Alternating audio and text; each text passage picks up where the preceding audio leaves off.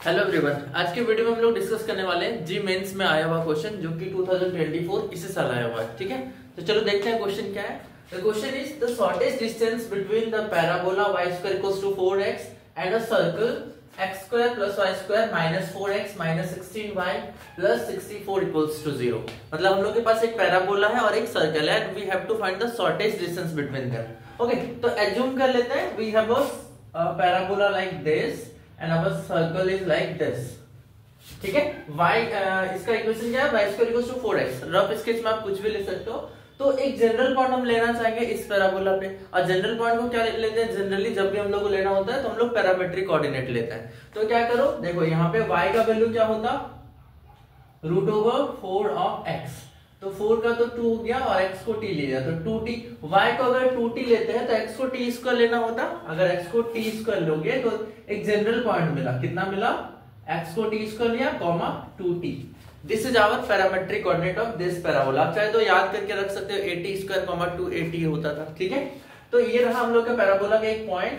And circle के बारे में क्या पता है? इक्वेशन पता हम लोग को। तो इक्वेशन पता है तो देखो, x² + y² + 2gx + 2fy + c का फॉर्मेट है। तो g और f का वैल्यू कितना है? g का वैल्यू है -2, f का वैल्यू है -8 और c का वैल्यू है 64। मतलब सेंटर का कोऑर्डिनेट कितना हो जाएगा हम लोग का? -g, -f के according centre is -g, -f, मतलब 8, 2, 8 which is the centre of this circle.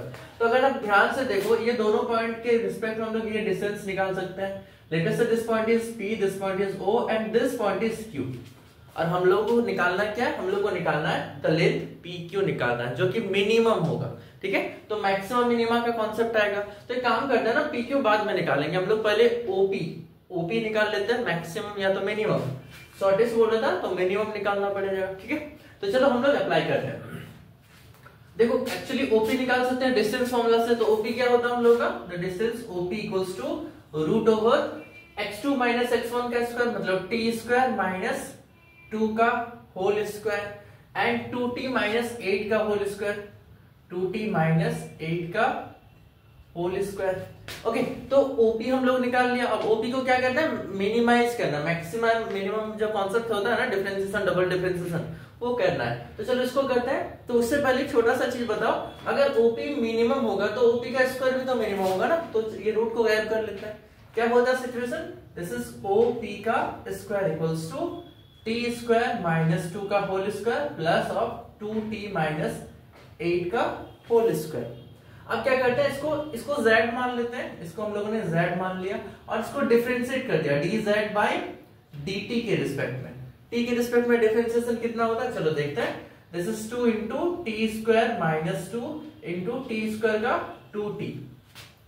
ये भी कितना होता है? 2 टाइम्स ऑफ 2t - 8 × 2। ये रहा डिफरेंशिएशन। अब हम लोग क्या करते हैं? क्रिटिकल पॉइंट फाइंड आउट करने के लिए डिफरेंशिएशन वाले टर्म को 0 से इक्वेट कर देते हैं। तो थोड़ा सा शॉर्टकट करने का कोशिश करेंगे। इसको अगर 0 से इक्वेट करोगे तो सिचुएशन क्या बनता है? देखो, 2 × 2 = 4t × t² - 2 and plus 4 of 2t - 8 and equals to 0। Differentiation का वैल्यू को क्या करते हैं हम लोग? जनरली dz/dt इक्वल्स टू 0 करते हैं ताकि क्रिटिकल पॉइंट मिल जाए। अब इस 4 को कॉमन लेके कैंसिल कर सकते हो। ये 4 उधर जाके 0 था ना, तो कैंसिल हो जाएगा। तो बचा कितना? t³ -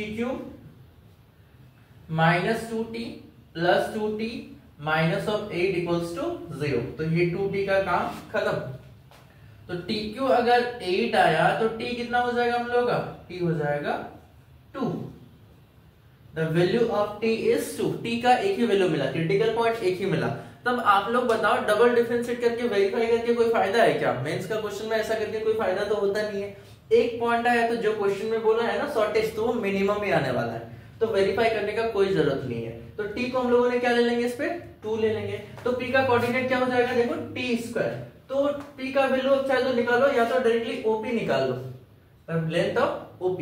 एक काम करते हैं, t का निकाल लेते हैं। t² मतलब 4 और 2t का मतलब 4।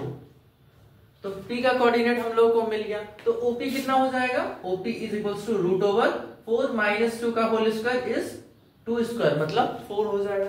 4 - 8 विच इज 4 - 4 का स्क्वायर इज 16। तो प्लस ऑफ 16, मतलब ओपी का लेंथ आया √20। √20 को क्या लिख सकते हो, 2√5 लिख सकते हैं। √20 को 2√5 लिख सकते हैं, लेकिन हम लोग को ओपी नहीं चाहिए था, पीक्यू चाहिए था। तो बताओ पीक्यू का मिनिमम, ये क्या हो गया, पीक्यू का जो मिनिमम लेंथ है वो क्या हो जाएगा, ओक्यू का minimum length minus of the radius OQ. OQ sorry my mistake, this is OP. OP का मिनिमम वैल्यू माइनस रेडियस कर देंगे। अब रेडियस कहां से मिलेगा, रेडियस हम लोग सर्कल का रूट ओवर क्या होता था, r इक्वल्स टू होता था √g² plus f² minus c। तो वैल्यू कितना होता है, g² मतलब 4 प्लस f² मतलब 64 और माइनस c मतलब 64। तो ये दोनों कैंसिल हो गए, √4 का लेंथ कितना होगा रेडियस का, 2 निकला। तो आप क्या करो, ओपी मिनिमम का वैल्यू 2√5 था और माइनस ऑफ रेडियस जो कि 2 निकाला हुआ है। तो ये हम लोग का आंसर हो जाएगा। थोड़ा सा एक चीज लिख लेते हैं, कॉमन लेके तो ये जो लेंथ आया ना वो हम लोग का मिनिमम लेंथ आया, किसके बीच का, इस पैराबोला का और इस सर्कल का। तो ये जो जहां पे ऑप्शन आपको दिखेगा उसमें लगा देना आप लोग, ठीक है। तो the final answer is 2 times of √5 - 1। Okay, तो थैंक्स फॉर वॉचिंग फ्रेंड्स।